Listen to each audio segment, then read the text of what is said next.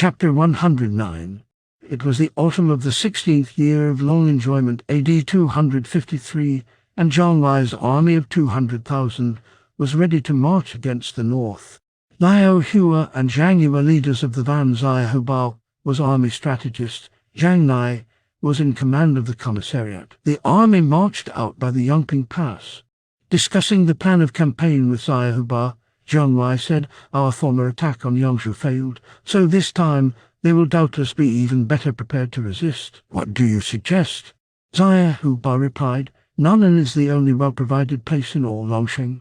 If we take that, it will serve as an excellent base. Our former ill success was due to the non-arrival of the Khans. Let us therefore send early to tell them to assemble at Longlu, after which we will move out at Xiying and march to Nan'an by way of Dongting." "You spoke well," said Zhang Wai. He at once sent Zai Zheng as his envoy, bearing gifts of gold and pearls and silk to win the help of the king of the Khans, whose name was Mai Dang. The mission was successful. King Mai Dang accepted the presents and sent 50,000 troops to Nan'an under the Khang general Esheaj. When Luo Hua heard of the threatened attack, he sent a hasty memorial to capital Luoyang.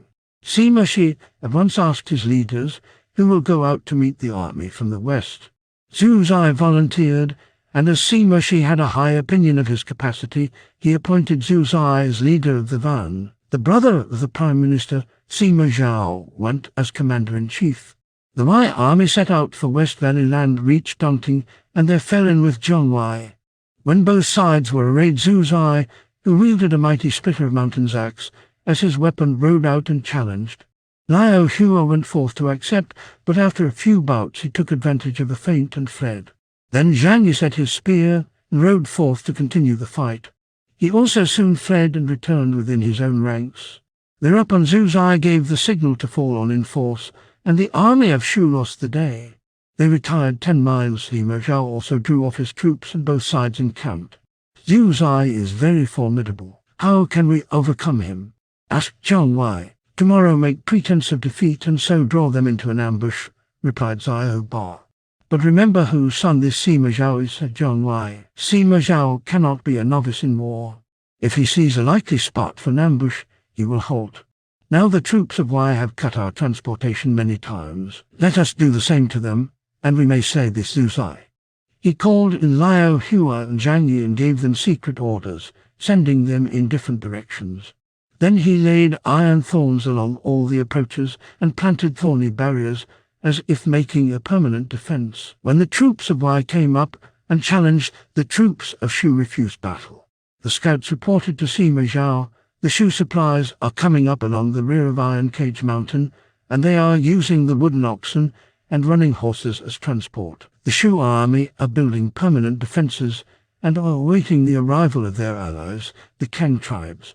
Then said Sima Zhao to Zhu Zai, "We formally defeated the army of Shu by cutting off supplies, and we can do that again. Let 5,000 troops go out tonight and occupy the road."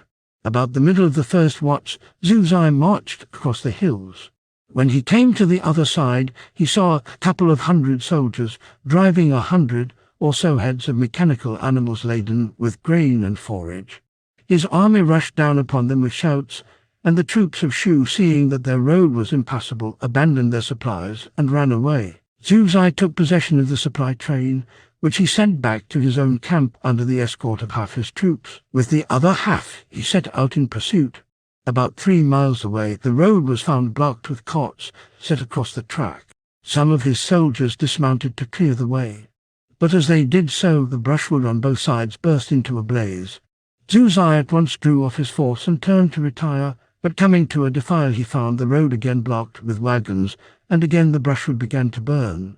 He made a dash to escape, but before he could get clear a bomb roared, and he saw the troops of Shu coming down on him from 2 directions. Luo Hua and Zhang Yi from left and right fell, and Zhu Zai with great fury, and the troops of Wei were wholly defeated. Zhu Zai himself got clear, but without any following. He struggled until he and his steed were almost spent with fatigue. Presently he saw another company of the enemy in his way, and the leader was Zhang Wai. Before he could make any resistance, Zhang Wai's spear thrust him down, and as Zhu Zai lay on the ground he was cut to pieces. Meanwhile, those troops of Wei who had been sent to escort to camp the convoy of supplies, which they had seized, were captured by Xiahou Ba. They surrendered. Xiahou Ba then stripped them of their weapons and clothing, and therein disguised some of his own soldiers. Holding aloft banners of Wei, these disguised soldiers made for the Wei camp. When they arrived, they were mistaken by those in the camp for comrades, and the gates were thrown open. They rushed in and began to slay. Taken wholly by surprise, Sima Zhao leaped upon his steed and fled. But Liao Hua met him and drove him back. Then appeared Zhang Wei in the path of retreat, so that no road lay open. Sima Zhao made off for the hills, hoping to be able to hold out on the Iron Cage Mountain. Now there was only one road up the hill, which rose steeply on all sides. And the hill had but one small spring of water, enough to serve 100 people or so, while Sima Zhao's force numbered 6,000. Their enemies had blocked the only road of escape. This one fountain was unequal to supplying the needs of the beleaguered army, and soon they were tormented with thirst.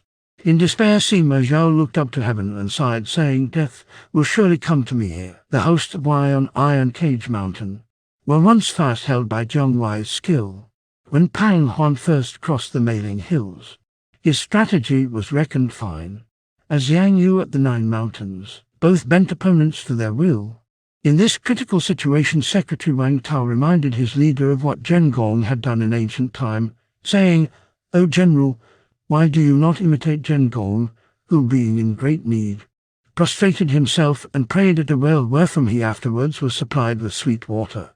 So the leader went to the summit of the hill and knelt beside the spring and prayed thus. The humble Sima Zhao received command to repulse the army of Shu.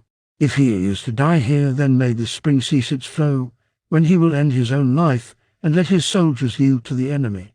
But if his allotted span of life be not reached, then, O Blue Vault, increase the flow of water and save the lives of this multitude. Thus he prayed, and the waters gushed forth in plenty, so that they all quenched their thirst and lived. Zhang Wei had surrounded the hill, holding the army thereon as in a prison. He said to his officers, "I have always regretted that our great Prime Minister was unable to capture Sima Yi in the Gourd Valley, but now I think his son is doomed to fall into our hands." However, news of the dangerous position of Sima Zhao had come to Guo Huai, who set about a rescue. Chen Tai said to him, "Zhang Wei has made a league with the Kangs, and they have arrived to help him. If you go away to rescue Sima Zhao, the Kangs will attack from the rear. Therefore I would propose to send someone to the tribespeople to try to create a diversion and get them to retire. If they are disposed of, you may go to the rescue of Sima Zhao." Guo Huai saw there was much reason in this and told Chen Tai to take a force of 5,000 troops and go to the camp of the king of the Kangs. When Chen Tai reached the camp, he threw off his armor and entered weeping and crying that he was in danger of death. He said, "Guo Huai sets himself up as superior to everyone and is trying to slay me. Therefore I have come to offer my services to you. I know all the secrets of the Wei army, and if you will, this very night I can lead you to their camp. I have friends in the camp to help, and you can destroy it." King Mai Dang was taken with the scheme and sent his general Esheaj to go with Chen Tai. The deserters from Wei were placed in the rear, but Chen Tai himself rode with the leading body of the Kangs. They set out at the second watch and soon arrived. They found the gates open, and Chen Tai rode in boldly. But when Esheaj and his troops galloped in, there suddenly arose a great cry as soldiers and horses went tumbling into great pits. At the same time Chen Tai came round in the rear and attacked, while Guo Huai appeared on the flank. The Kangs trampled each other down and many were killed. Those who escaped death surrendered, and the leader Esheaj committed suicide in a pit. Guo Huai and Chen Tai then hastened back into the camp of the Kangs. Mai Dang, taken unprepared, rushed out of his tent to get to horse, but was made prisoner. He was taken before Guo Huai, who hastily dismounted, loosed the prisoner's bonds, and soothed him with kindly words. "Our government has always regarded you as a loyal and true friend," said Guo Huai. "Why then are you helping our enemies?" Mai Dang sank to the ground in confusion, while Guo Huai continued, "If you will now raise the siege of Iron Cage Mountain and drive off the troops of Shu, I will memorialize the throne and obtain a substantial reward for you." Mai Dang agreed. He set out forthwith, his own army leading and the army of Wei in the rear. At the third watch he sent on a messenger to tell Zhang Wei of his coming, and the Shu leader was glad. Mai Dan was invited to come. On the march, the soldiers of Wei had mingled with the Kangs, and many of them were in the forefront of the army. As they drew near the camp, Zhang Wei gave order the army are to camp outside. Only the king can enter the gate. Mai Dan went up toward the gate with 100 or more followers, and Zhang Wei with Zai Bao went to welcome him.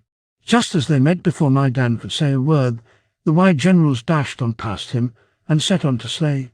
Zhang Wei was taken aback, leaped on his steed and fled, while the mixed force of troops of Wei and Kangs drove the camp defenders before them and sent them flying.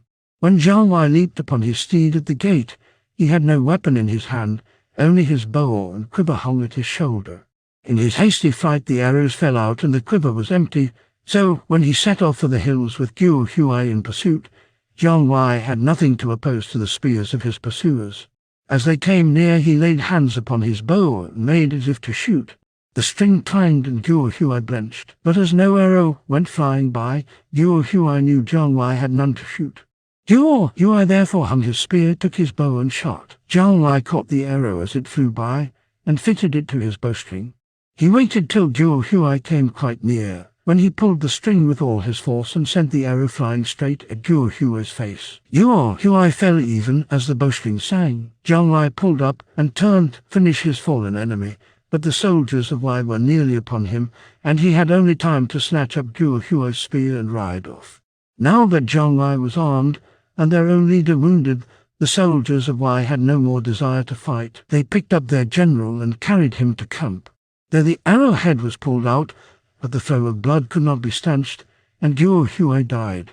Sima Zhao descended from the hill as soon as Zhang Wei moved away, and pursued some distance before returning. Zai Bao forced his way out and rejoined Zhang Wei as soon as he could, and they marched away together. The losses of Shu in this defeat were very heavy. On the road they dared not halt to muster or reform, but went helter-skelter into Hanzhong. In that campaign, though the Shu army were defeated, they had killed Su Zai and Guo Huai on the other side, and had damaged the prestige of Wei. Thus Zhang Wei's achievement made up for his offence. After rewarding the Kangs for their help, Sima Zhao led his army back to capital Luoying, where he joined his brother Sima Shi in administering the government.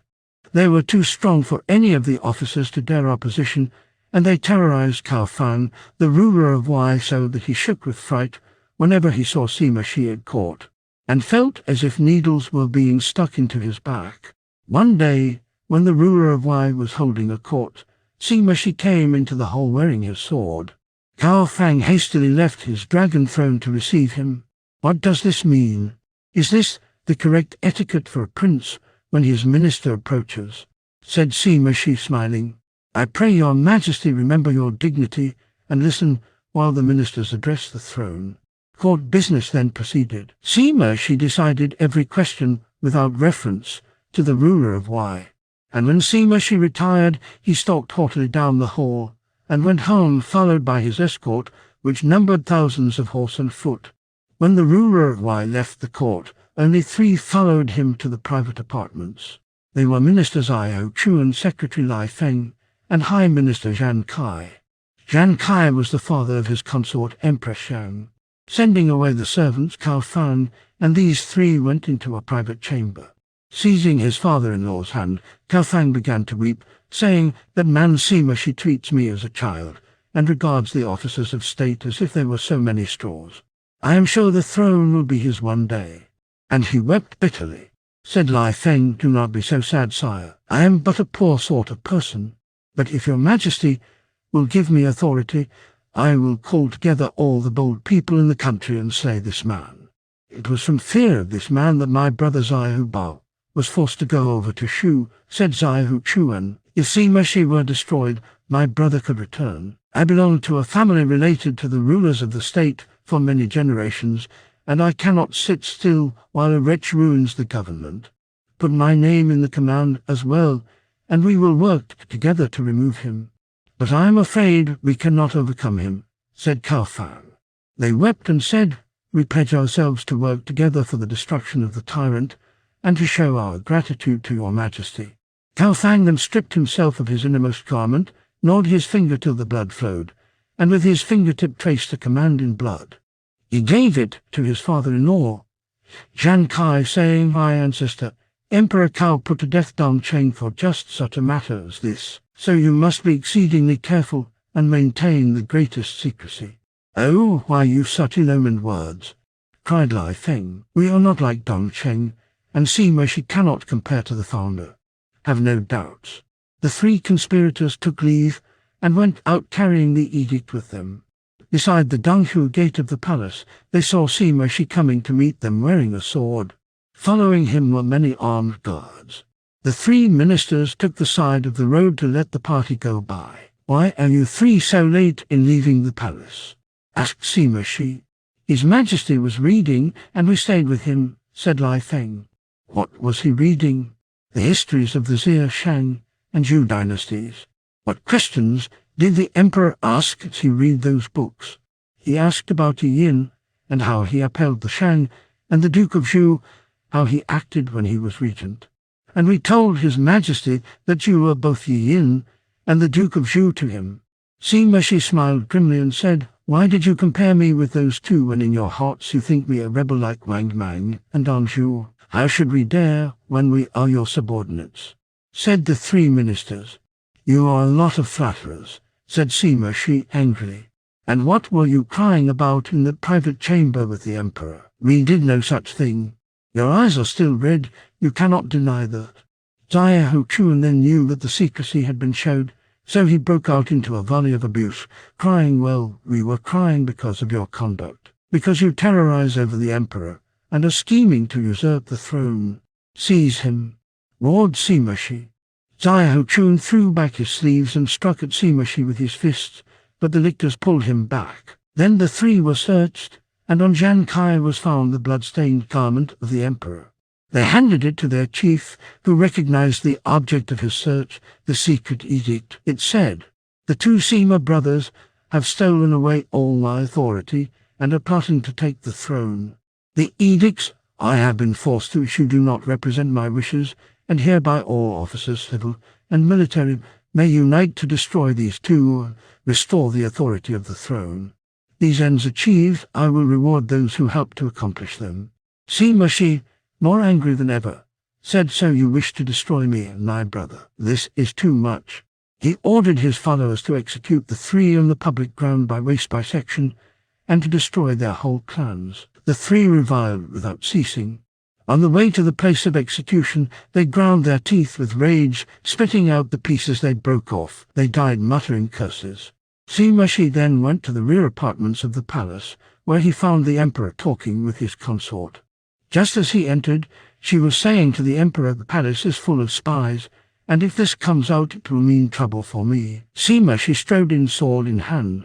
"My father placed your Majesty on the throne, a service no less worthy than that of Duke Zhu. I have served your Majesty as Yin served his master. Now is kindness met by enmity, and service regarded as a fault. Your Majesty has plotted with 2 or 3 insignificant officials to slay me and my brother. Why is this?" "I had no such intention," said Cao Fang. In reply, Sima Shi drew the garment from his sleeve and threw it on the ground. "Who did this?" Cao Fang was overwhelmed. His soul flew beyond the skies. His spirit lied to the 9th heaven. Shaking with fear, he said, "I was forced into it. How could I think of such a thing? To slander ministers by charging them with rebellion is an aggravated crime," said Sima Shi. Cao Fang knelt at his feet, saying, "Yes, I am guilty. Forgive me. I beg your Majesty to rise. The laws must be respected." Pointing to Empress Shang, Sima Shi said, "She is of the Zhang house and must die. Spare her," cried Cao Fang, weeping bitterly. But Sima Shi was obdurate. He bade the lictors lead her away, and she was strangled with a white silk cord at the palace gate. Now I recall another year, and lo, an empress borne away to shameful death. Barefooted, weeping bitterly, she shrieks, farewell torn from her consort's arms. History repeats itself, time's instrument. Sima Shi avenges this on Cao Cao's heirs. The day after these events, Sima Shi assembled all the officers and addressed them thus: "Our present lord is profligate and devoid of principle, familiar with the vile and friendly with the impure. He lends a ready ear to slander and keeps good people at a distance. His faults exceed those of the Prince of Changi of old, and he has proved himself unfit to rule. Wherefore, following the precedents of Yin and Luo Guanzhong, I have decided to put him aside and to set up another, thereby to maintain the sanctity of the ruler and ensure tranquility. What think you, sirs? They all agreed, saying, General, you are right to play the same part as Yin and Luo Guanzhong, thereby acting in accordance with heaven and fulfilling the desire of humankind. Who dares dispute it?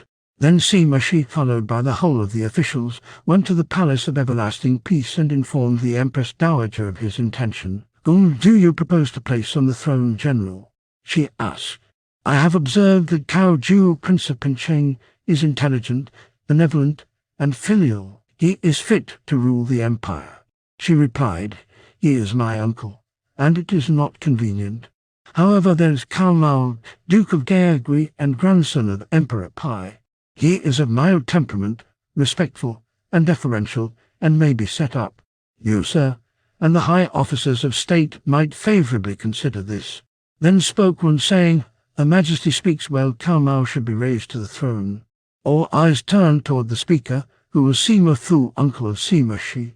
The Duke of Gaegui was summoned to the capital. The Empress called Cao Fang into her presence in the Hall of Principals and blamed him, saying, You are vicious beyond measure, a companion of lewd men, and a friend of vile women. You are unfitted to rule. Therefore resign the imperial seal and revert to your status of Prince of Kai. You are forbidden to present yourself at court without special command. Cao Fang, weeping, threw himself at her feet. He gave up the seal, got into his carriage, and went away. Only a few faithful ministers restrained their tears and bade him farewell. Cao, the mighty minister of Han, oppressed the helpless little, then thought he, that only 20 swiftly passing years would bring like fate to his posterity. The emperor-elect Cao Mao was the grandson of Emperor Pai and son of Cao Lin, Prince of Donghai. When Cao Mao was nearing the capital, all the officers attended to receive him at the Nanai Gate, where an imperial carriage awaited him. He hastily returned their salutations. The ruler ought not to return these salutations, said Grand Commander Wang Su. I also am a minister, and must respond, replied he. They conducted him to the carriage to ride into the palace, but he refused to mount it, saying, Her Majesty has commanded my presence, I know not for what reason. How dare I enter the palace in such a carriage? He went on foot to the hall, where Sima Shi awaited him. He prostrated himself before Sima Shi. Sima Shi hastily raised him and led him into the presence. The Empress Dowager said, In your youth I noticed that you bore the impress of majesty. Now you are to be the ruler of the empire. You must be respectful and moderate, diffusing virtue and benevolence. You must do honor to your ancestors, the former emperors. Cao Mao modestly declined the proposed honor, but he was compelled to accept it. He was led out of the presence of the Empress Dowager and placed in the seat of empire in the Hall of Principals. The style of the reign was changed from domestic Con, the 6th year, to right origin, the 1st year AD 254. An amnesty was granted. Honors were heaped upon Sima Shi, who also received the golden axes, with the right to proceed leisurely within the precincts, to address the throne without using his name, and to wear arms at court. Many other officers also received promotions. But in the spring of the 2nd year, right origin, it was reported at court that Guangqiu Jian, general who guards the east, and Wen Qin, imperial protector of Yangzhou, were raising armies with the declared design of restoring the deposed emperor. Sima Shi disconcerted. If ministers of Han have always faithful been, why leaders too prove their loyalty or keen? How this new menace was met will appear in the next chapter.